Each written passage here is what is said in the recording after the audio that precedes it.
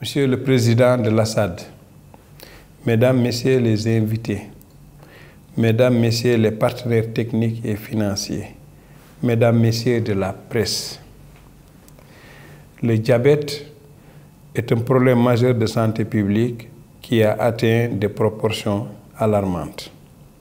En effet, en 2022, selon la Fédération internationale du diabète, près d'un demi-milliard de personnes étaient atteintes de cette maladie dans le monde, soit un adulte sur 10 âgé entre 20 et 79 ans.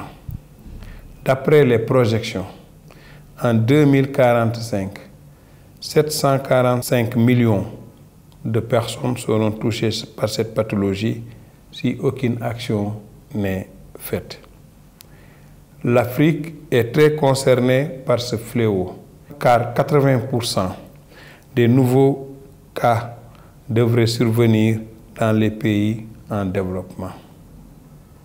Au Sénégal, les estimations de l'Organisation mondiale de la santé faites en 2019 ont démontré que 53% des décès dus au diabète surviennent chez les moins de 70 ans et la prévalence de la glycémie à jeun élevée était à 7%.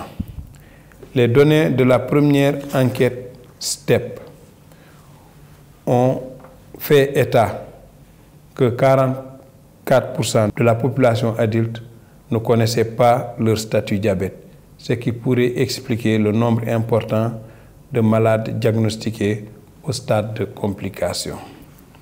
À cela s'ajoute la pandémie de Covid-19 qui a confirmé l'importance de lutter contre les maladies non transmissibles.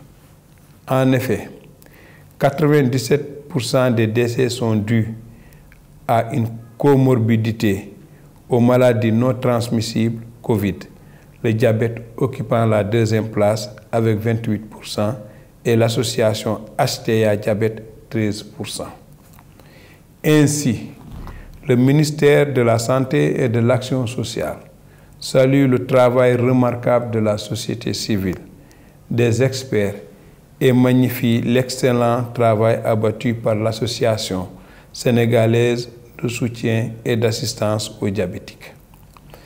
Le ministère de la Santé et de l'Action sociale s'engage à améliorer la qualité de vie des concitoyens et à renforcer de façon énergique les actions de lutte contre le diabète.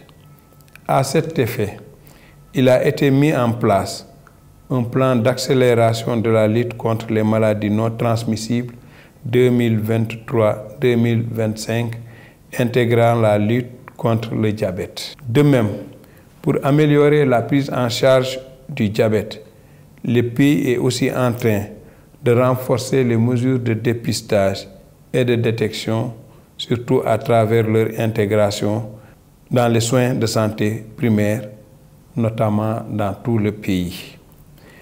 Le Sénégal a également réalisé la deuxième enquête STEP qui permettra d'avoir sous peu des données actualisées sur la prévalence du diabète et de l'hypertension artérielle afin de réorienter les stratégies de lutte contre cette pathologie.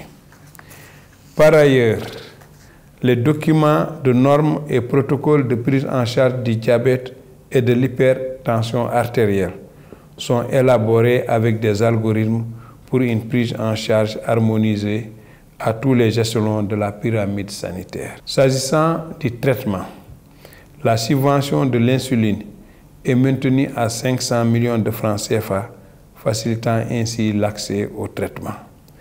Les antidiabétiques oraux sont aussi disponibles dans les structures de premier recours, à savoir les postes et les centres de santé.